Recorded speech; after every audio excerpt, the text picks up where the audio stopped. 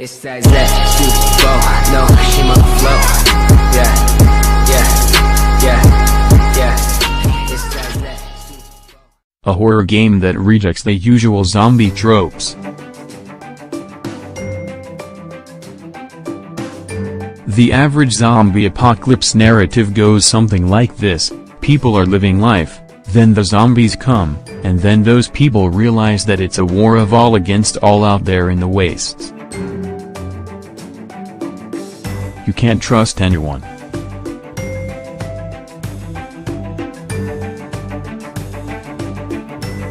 The walls come crumbling down, and the world is forever changed.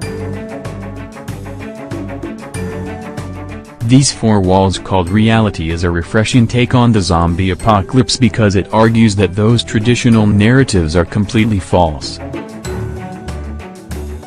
Maxwell knows they aren't like other people, and they're thrown out of society for it. Abri watched both of his moms perish in an attack on a pride parade. None of those things have anything to do with the zombie apocalypse that they're currently in, and each of those narratives is revealed in a long conversation between two people attempting to hide in a giant metal container. Normal apocalyptic stories come from a place that assumes now is worse than then, but these four walls called reality puts pressure on the idea that the social world was hunky-dory before.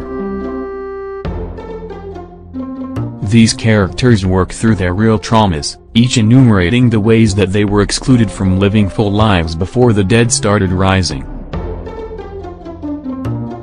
While the apocalypse is undeniably worse, it's a continuation for these characters, not a brave new world of abject terror. It's more terror, in different ways.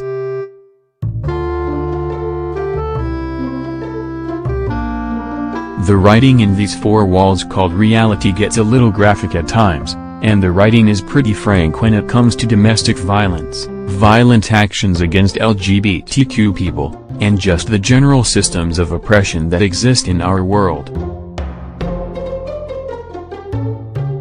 There's also some graphic violence against animals.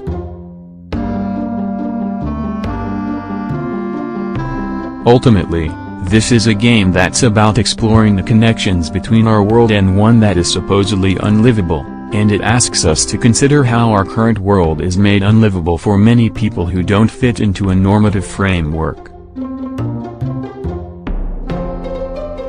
Sometimes it's hokey, but just as often it hits serious emotional moments.